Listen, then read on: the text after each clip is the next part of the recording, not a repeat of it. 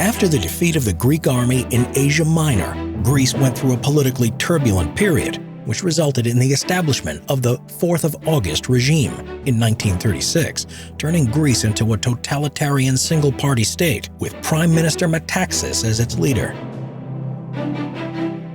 Rebuilding the armed forces became a difficult task after Greece was hit by the Great Depression in 1932. By 1940, only the army was capable to stand a chance against a modernly equipped invader. The Air Force and the Navy were still relying on aircraft and ships of the First World War era.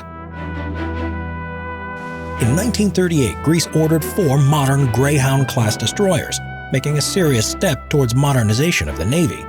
The outbreak of the war in Europe, however, allowed only 2 to be delivered. The Greek Navy suffered its first loss on August 15, 1940, when the cruiser Ellie was sunk by the Italian submarine Delfino. That was 2 months before the formal outbreak of hostilities.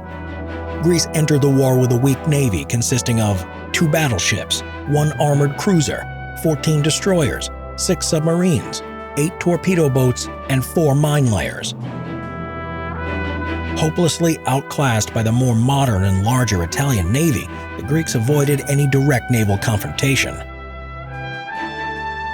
The Navy took over convoy escort missions in the Aegean and the Ionian Seas and carried out 3 unsuccessful raids against the Italian supply convoys in the Strait of Otranto. The most important role was given to the Submarine Fleet, which, although obsolete, sank some cargo ships in the Adriatic, losing 1 submarine in the process. The Submarine Fleet was, however, too small to seriously disrupt the supply lines between Italy and Albania. Italian ships made 3,305 voyages across the Otranto Strait, carrying over 487,000 military personnel and almost 600,000 tons of supplies, while losing overall only 7 transport ships and 1 escort ship. When Germany attacked Greece, the Greek Navy was decimated by the Luftwaffe, suffering a loss of 25 ships within a few days in April 1941. It was then decided to shift the remnants of the fleet to Alexandria in Egypt. Here, the ships were repaired and re-equipped with modern anti-aircraft weapons. For the remainder of the war, the Greek Navy fought alongside the Allies from bases in the Middle East. As the war progressed, the number of ships increased after the concession of several destroyers and submarines by the British Royal Navy, reaching a peak of 44 ships and 8,500 men in early 1944. The Greeks participated in Operation Husky with 6 ships and in Operation Overlord with 2 ships. Other notable aspects of the Greek Navy's participation in the war include missions of the destroyers Queen Olga and Adrias. Queen Olga sunk 5 Italian ships during her escort missions, until she was sunk by German bombers on September 26, 1943.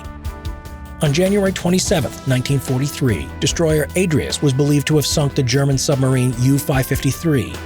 The loss of the submarine was confirmed after the end of the war, but the name of the ship that caused the sinking was never mentioned. Later, on February 13th, Adrias damaged and possibly sunk submarine U-623. The last report from the submarine was dated February 9, 1943. On October 22, 1943, Adrias and the British destroyer HMS Hooworth were struck by mines near the island of Kalymnos. Hooworth sunk, taking 143 men with her. Adrias lost its prow from the explosion, but managed to pick the survivors of Hooworth, reach the coast of neutral Turkey, and after some minor repairs, returned to Alexandria.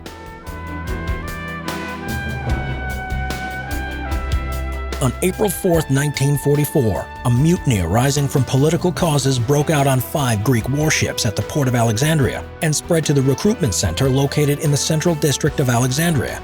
The mutineers were blockaded for 19 days. On April 23rd, the mutiny was subdued by 250 British and Greek Marines in an operation that lasted 1 hour.